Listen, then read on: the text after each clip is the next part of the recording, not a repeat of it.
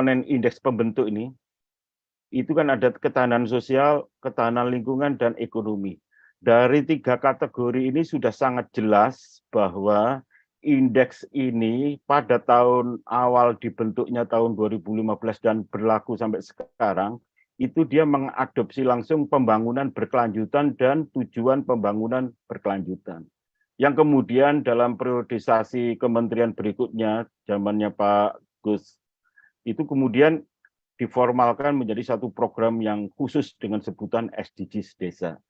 Jadi sebenarnya soal SDGs ini sudah disosialisasikan sejak dibentuk pertama kali Kementerian Desa, yaitu jadi IDM ini sebenarnya mengadopsi langsung pembangunan berkelanjutan.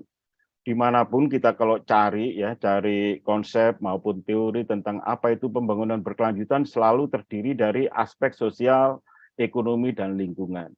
Sosial, ekonomi, dan lingkungan itu adalah tidak terpisah, dia sebagai suatu komponen tidak terpisah.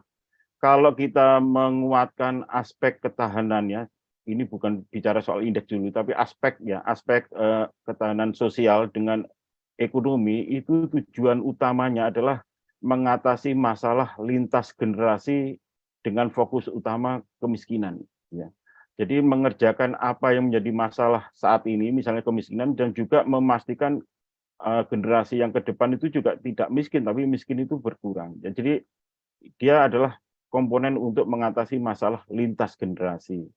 Yang kedua, dia juga akan menghasilkan kesetaraan. Jadi mengatasi ketimpangan, menghasilkan kesetaraan, dan otomatis dia ditujukan untuk mengatasi kemiskinan. Jadi itu ada misalnya hubungan antara sosial dan ekonomi.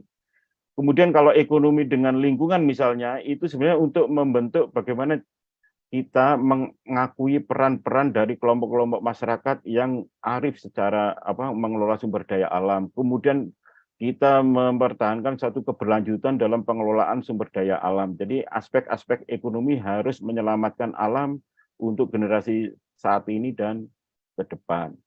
Kemudian misalnya kalau sosial dengan lingkungan itu adalah soal nilai. Jadi penghargaan terhadap nilai-nilai kelembagaan dan kemudian yang sekarang misalnya itu diformal dalam kelembagaan-kelembagaan adat, ya, kelompok-kelompok yang diorganisir untuk menghasilkan kesetaraan gender, kelompok perempuan, kelompok disabilitas, itu sebenarnya untuk memastikan nilai-nilai itu menjadi pembentuk pembangunan. Jadi komponen 3 ini kalau digabung, dia bisa disebut menghasilkan pembangunan berkelanjutan.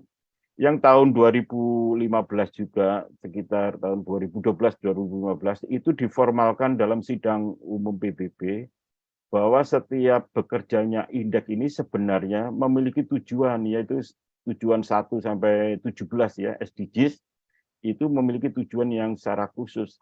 Kebutuhan lintas generasi dari pembangunan berkelanjutan itu diformalkan dalam satu ikon yang disebut no one left behind. Jadi tidak ada seseorang pun untuk tertinggal. Yang kemudian di Kementerian Desa sendiri, ikon soal SDGs Desa tentang 17 tujuan ini ditambah dengan satu tujuan yang karena terkait dengan kelembagaan-kelembagaan yang memang nyatanya, faktanya itu memang bekerja di desa. Maka ada muncul tujuan ke-18 itu. Kemudian di tingkat pelaksanaan, komponen indeks pembentuk ketahanan sosial dan seterusnya itu sebenarnya memberikan rumusan ya. Karena setiap indeks ini karakternya, misalnya kalau indeks ekonomi, dia memiliki satu dimensi 12 indikator. Sosial itu 4 dimensi 32 indikator, kalau indeks ketahanan lingkungan itu satu dimensi 3 indikator. Di mana setiap indikator itu punya leveling kewenangan siapa sebenarnya untuk mewujudkan perangkat indikator ini agar membentuk dimensi, dan dimensi ini membentuk pembangunan berkelanjutan untuk desa. Jadi ada di dalamnya sebenarnya kalau dilacak ke dalam itu perangkat indikator itu terdapat kewenangan desa, kewenangan kabupaten, kewenangan provinsi, dan kewenangan pusat. Ya, jadi itu sebenarnya kenapa indikator ini harus berhubungan dengan kewenangan, karena perangkat indikator ini bertujuan untuk mewujudkan merealisasi tujuan pembangunan berkelanjutan.